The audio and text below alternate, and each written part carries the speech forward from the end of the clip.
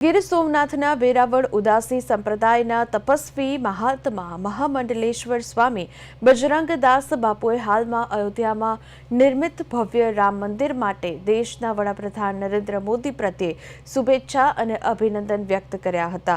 તેમણે જણાવ્યું હતું કે રામ મંદિરનું નિર્માણ દેશ માટે ઐતિહાસિક ક્ષણ છે।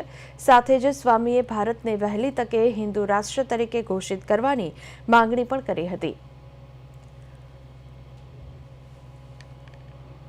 जो हमारा अखिल भारत साधु समाज का 13 अखेड़ा है, 13 अखेड़ा साधु समाज के पहले से आपको रजूआत है कि आप हिंदू राष्ट्र की घोषणा कर दो।